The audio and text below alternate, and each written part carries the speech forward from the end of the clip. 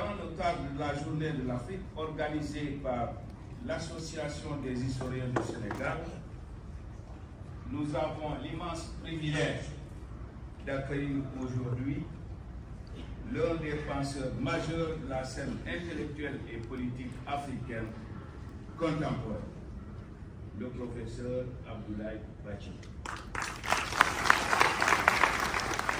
Naturellement, il faut engager le débat. Nous ne pouvons pas nous en sortir en disant qu'il faut retourner au passé. Oui, le passé est important, mais il faut en tirer les bonnes leçons.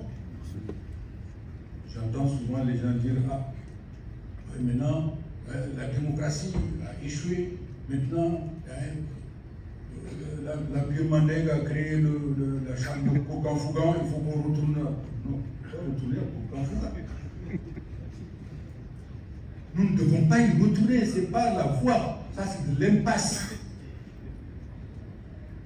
Pour nous, historiens, c'est une aberration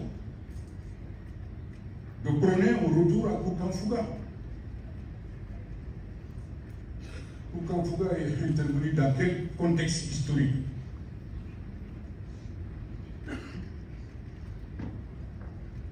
Une association de chasseurs malégués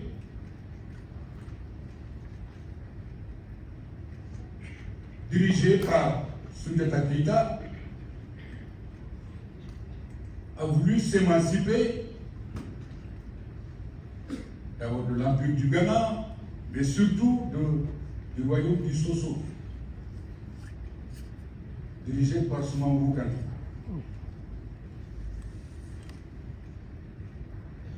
Chef des forgerons tout puissants à l'époque au Sahel.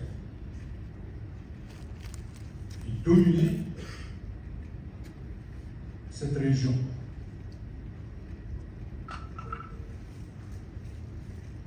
Ce groupe de chasseurs malégués,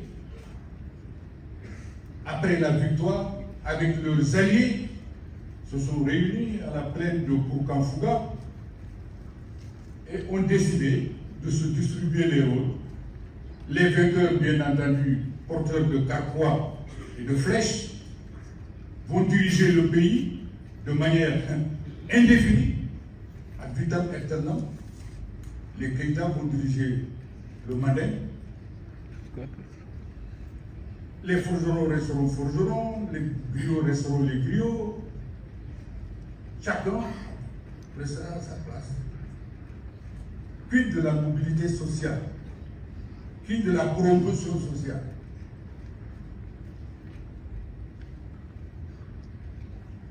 Est-ce que nous voulons retourner à ce type de gestion de nos sociétés?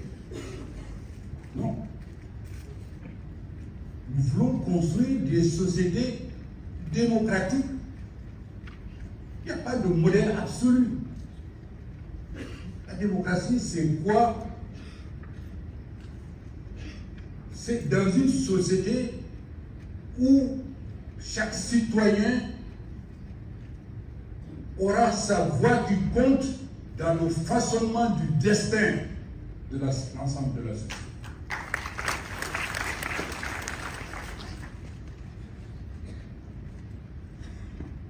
Donc, évitons les pièges de la soi-disant refondation de l'africanisation. Il y a beaucoup de propos démagogiques fondés sur une ignorance des réalités historiques, des contextes.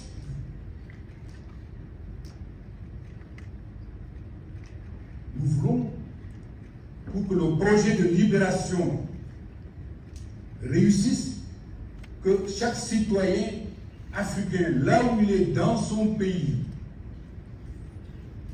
à travers un processus électoral ou d'autres mécanismes de consultation transparents, puisse participer